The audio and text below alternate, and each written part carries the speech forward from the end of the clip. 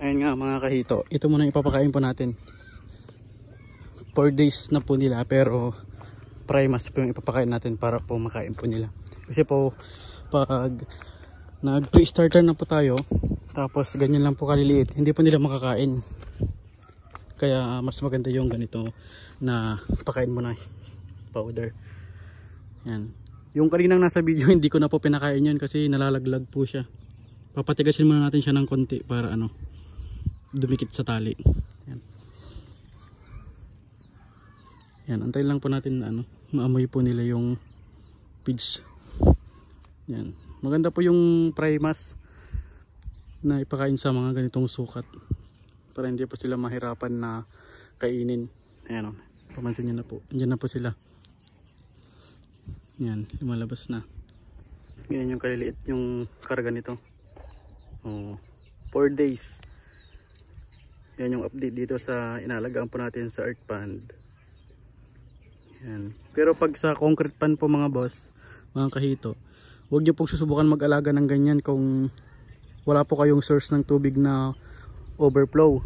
Yung overflowing po yung dire-diretso yung tubig. Yan. Ganyan po sila kaliliit. Pag magpapakain po tayo, huwag yung sobrang daming tinatapon. Antayin nyo munang maubos nila para hindi sila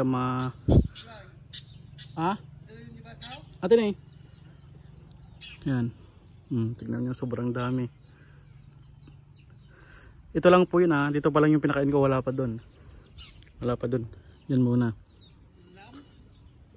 Wala nyo na. Sige pakan, tayo video. Grabe.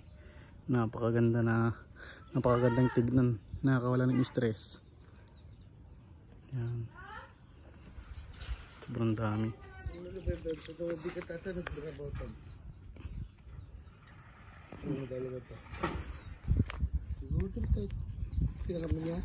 May isa pa ilang abal lang.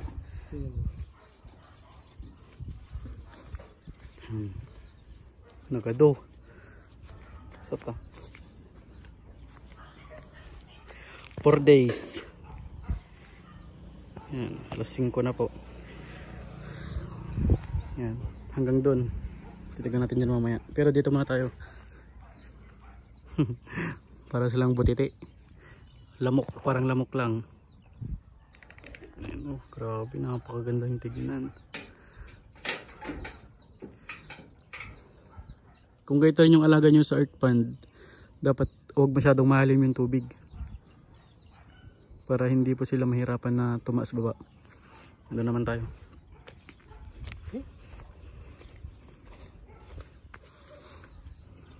Yan o. Napakadami pa rin. Pero mas grabe dun o. Pansin nyo. Yan. Pang-4 na araw na po nila ngayon. Yung taas po ng tubig po is nasa 2 feet lang.